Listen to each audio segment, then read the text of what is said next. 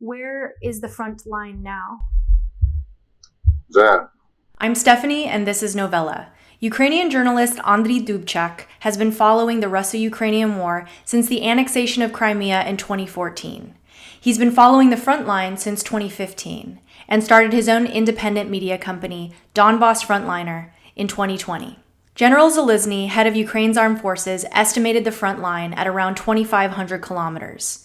Since April of last year alone, Andriy has clocked over 43,000 kilometers on the vehicle he uses for reporting. 2 days after the liberation of Kherson, Andriy and I spoke. Immediately when we started talking, he reported that he had heard what he thought were cluster munitions. The sound, it looked like cluster munition. I see. I didn't see, but I hear sound for me like clustering. Because of their imprecise nature and use to kill civilians, cluster munitions are largely prohibited, according to the Convention on Cluster Munitions signed in December 2008. They have already been recorded being used by Russia on Ukraine in the current invasion of Ukraine. We don't have here electricity, we don't have water, we don't have heating, we don't have mobile connection. I just have fuel and Starlink, and that's all. Andriy tells me he was a network engineer in a past life. Currently, he and his team of 6 use Starlink to upload their reporting and broadcast it on YouTube, Instagram, and Twitter. The team often splits up to cover more ground. They upload their reporting as quickly as possible, sometimes in the same day, to inform fellow Ukrainians and what Andriy calls Western partners, Western Europe and Americans. Without Western help, without information about Ukraine in Western media, it's not possible to win this war.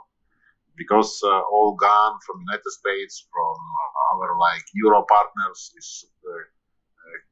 came to Ukraine just because people and society in this country know about the situation and support the government to give gun to Ukraine.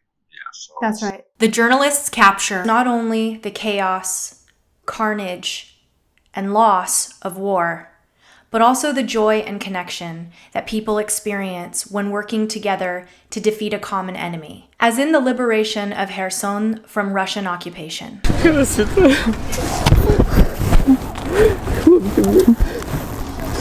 Дякуємо всім, дякуємо, так дякуємо, як довго ми чекали вже цього. Як це, Ігор, коли заходиш село звільняти? Ну, це дуже так на емоціях, ми дуже раді, що ми це звільнили вже це. Місцеві як реагують? Ну, я бачу, що вони дуже раді, вони вже натерпілися багато чого. Можна розмовляти можна спокійно. Не боятися, що тобі стріляти будуть, боже, не знаю, не прийдемо. Ой, ми спочатку нас у городі сьогодні побачили, там були, то...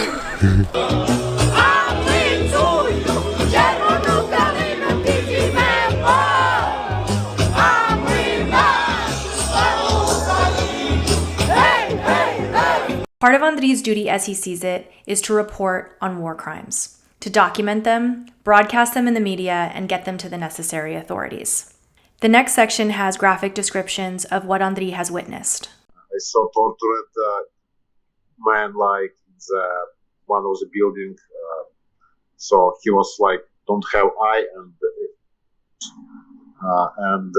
so you saw a man getting tortured and they had removed his eye. Eye and ears. They had removed his ears and his eye.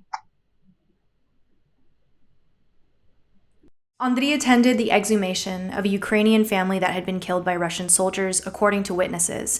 He spoke to the witnesses about what they saw. The Russians stopped to shoot the civilian car from BTR, machine gun, heavy, small artillery, and they kill a lot of people. In one car, it's completely all family. BMP, 30 millimeters. It's not even machine gun, it's small artillery on the board of the big BMP vehicle. Okay.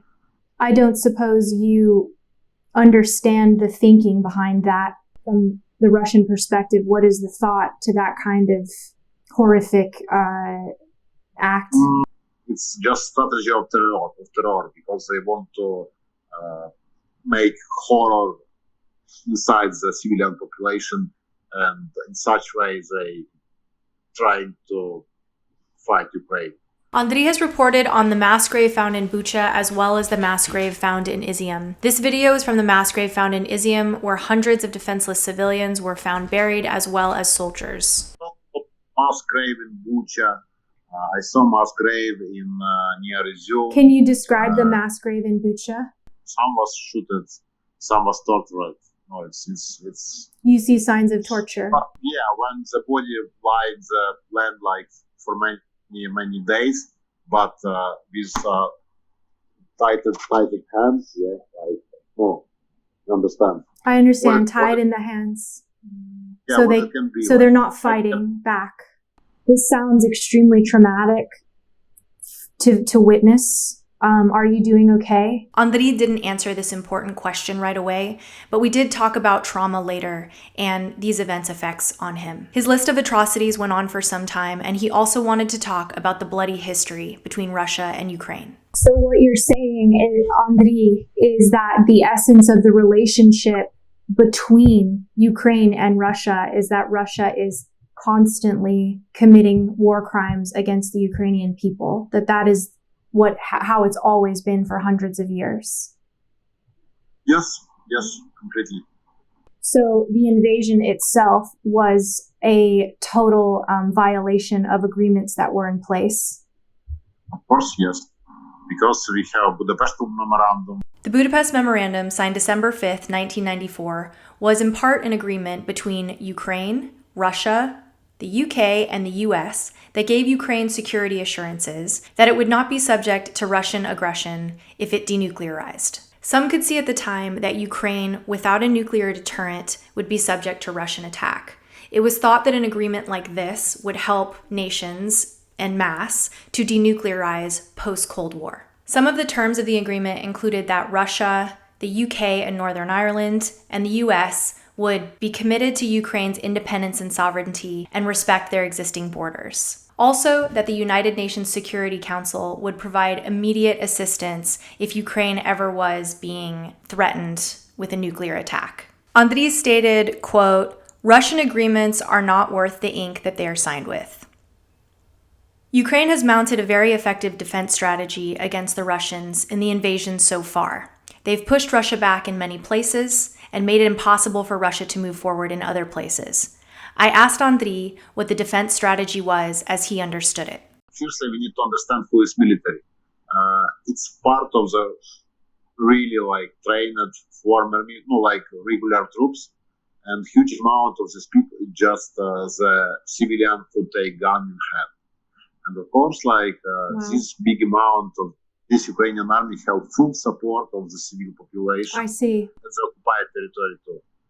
And Western partners give to Ukraine very good weapons like HIMARS and so on, like precise weapons. So the support of the civilians who know the land so well, and then the Western partners who are giving very precise, effective weapons. And this is creating a very effective offensive. Yeah. Because Ukrainian, from occupied territory can notify Ukrainian army about Russian army movement and where is the bases and so on and so on. That's amazing. So the civilians not having left and the civilians informing the Ukrainian army is very much helping. Yes.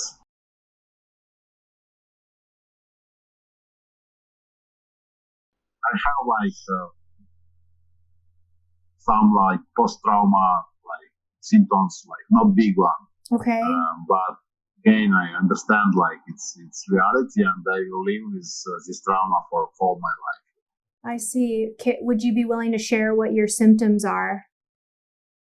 Do you consider the Russian soldiers brainwashed by the Russian media? Of course, yes, because the propaganda is maybe gun number one. So propaganda is the first gun. Yeah. Information and propaganda is number one. The kinetic gun go after.